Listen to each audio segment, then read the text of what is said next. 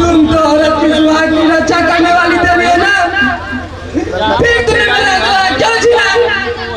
बता, मैं बता, मुझसे ऐसे क्या भूल हुई जिसकी सजा तूने मेरे पति को मुझसे छीन कर दे रही है? बोल बाबा। अरे तू क्या बोलेगी?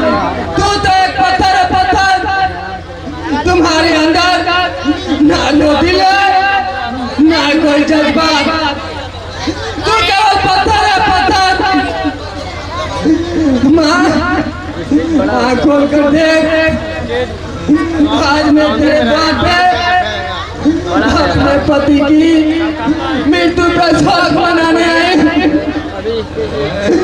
आज मेरे हाथ में पूजा की थाली नहीं, केवल आंखों में आंसुओं का समुंदर है। आज से मैं तेरे द्वार पे फूल नहीं बल्कि आंसुओं की झड़ी चढ़ाऊंगी। मैंने तो मेरे पति को वापस कर दे, माँ वापस कर दे। आज मैं तुम्हें साक्षी मानकर ये दीर्घ प्रतिज्ञा करती हूँ कि मैं अपने मांग का सिंदूर और माथे की बिंदी कभी नहीं उतारूंगी, कभी नहीं।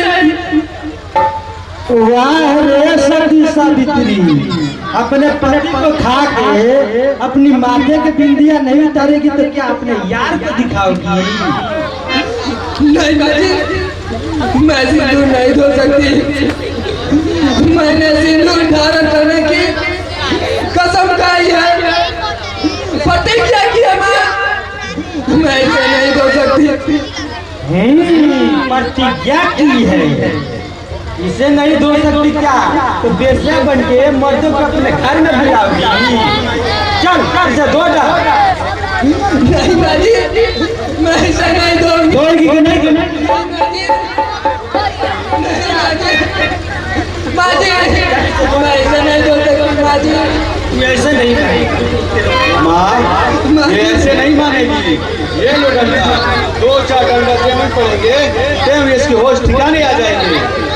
तुम ठीक कहती हो रेनू, लाओ देखती हो ये कैसे नहीं धोती है। ये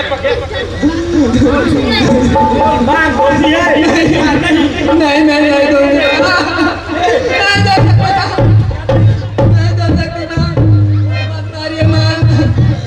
माजी, मुझे मत मारिए, छोड़ दीजिए माजी, छोड़ दीजिए माजी।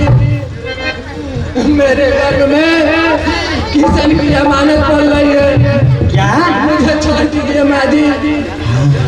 क्या किसान की अमानत तेरे घर में पड़ रही है? हाँ माजी। नहीं माँ, तुम इसकी बातों में मत आना, ये झूठ बोलती है। इसके घर में पलने वाली औलाद राजीव की है। इस नाजायज औलाद का जन्म देने का मतलब है समाज में अपनी नाक कटवाना। लोग हम पर थूकेंगे माँ। तुम ठीक कहती हो रेनू, ये मैंने कभी सोचा ही नहीं।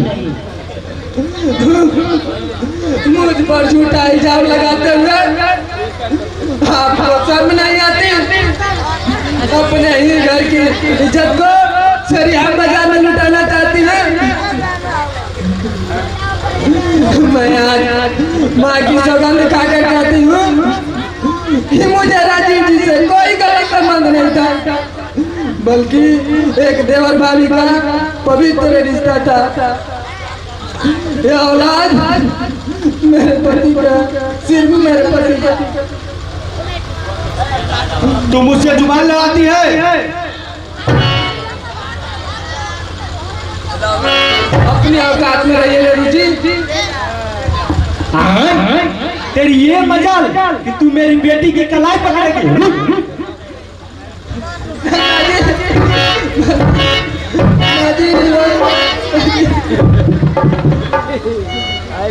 अरे इसे मार डालोगी क्या?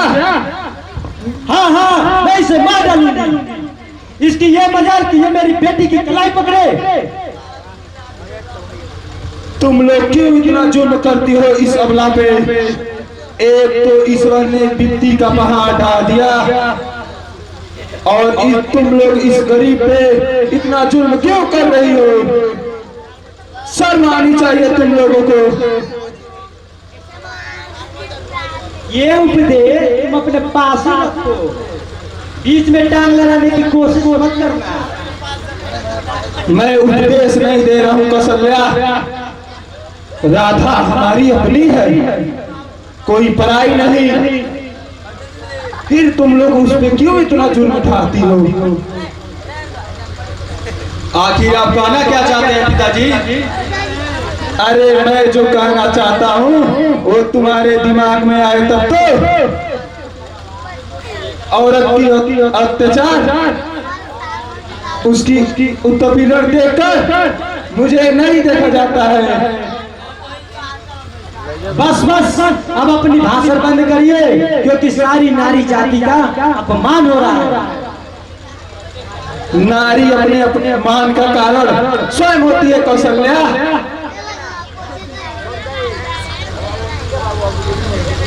जानते हो, अगर मैं महिला कल्याण समिति में कंप्लेन कर दूं तो क्या होगा? जानते हो क्या होगा? हल्ला हंगामा होगा, औरतें मुझ पे आग उड़ेंगी, अदालत में मुझ पे कार्रवाई होगी। छोड़ो माँ, पिताजी सठिया गए हैं, इनका दिमाग खराब हो गया है। खबरदार रेणु, मेरा दिमाग खराब नहीं हुआ है, बल्कि तुम लोगों के दिमाग में घमंड का कीड़ा घुस गया है। तुम्हारी माँ क्या है? महिला कल्याण समिति की अध्यक्षा, लेकिन कर क्या रही है? नारियों का शोषण, अपनी ही बहू पे अत्याचार। नाम क्या है? कौशल्या। काम के कौन से भी घिनौना। ये क्या बकते हो? मैं ठीक ही कहता हूँ कि कई ने तो अपने बेटे को 14 वर्ष के लिए वनवास भेज दिया, तुमने तो सदा सदा के लिए अपने बेटे को खो दी। लेकिन इतना याद रखना, एक दिन यही बेटी तुम्हारी मौत की काल बन जाएगी। अब मैं इस घर में नहीं रहूंगा। जो जीने आए वो तुम लोग करो। हाँ हाँ, जाओ, 2-4 दिन में फिर लौट आओगे।